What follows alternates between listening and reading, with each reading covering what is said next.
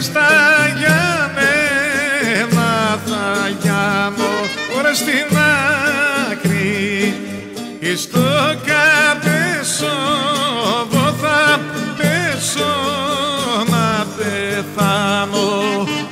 Όλγα ζαχαρό, Όλγα μέλι, Όλγα ζαχαρό θρεμμένη.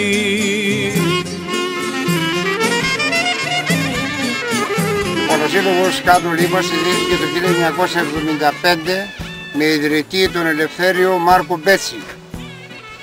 Διετέλεσε πολλά χρόνια πρόεδρος, είναι ο άνθρωπος ο οποίος ενδιαφερόταν πραγματικά για το χωριό.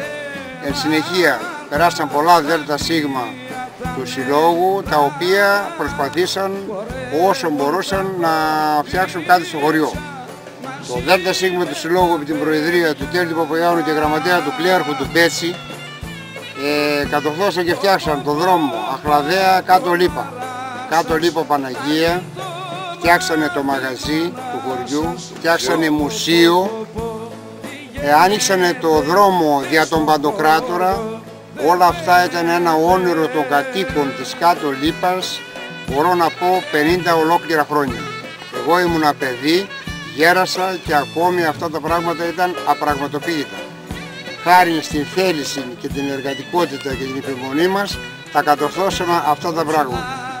Το ΔΣ του Συλλόγου, υπό την Προεδρία του Τέρτη Παπαγιάννου και του γραμματέα του Μπέτσι του Κλέαρχου, κάναν αρχαιρεσίες προχθές και ανεδείχθη νέο ΔΣ του Συλλόγου με πρόεδρο τον Αθανάσιο Λέτσο, γραμματέα τον Μπέτσι τον Κλέαρχο και 5 άλλα ακόμη μέλη. Σκοπός μας είναι να εργαστούμε όλοι σε μία γροθιά για να δούμε καλύτερα το χωριό μας, διότι το χωριό μας μέχρι χθες θύμιζε τις τετροκοσμικές χώρες. Οι άνθρωποι οι οποίοι βγαίνανε και μας διοικούσαν μέχρι χθες, λυπούμε που το λέω, βγαίνανε μόνο για εφέ. Σας ευχαριστώ πολύ.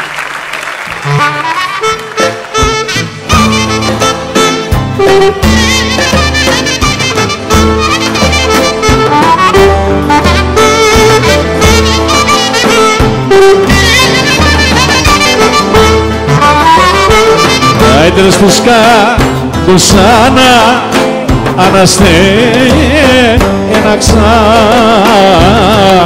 και βγήκα δυο ρελούδια.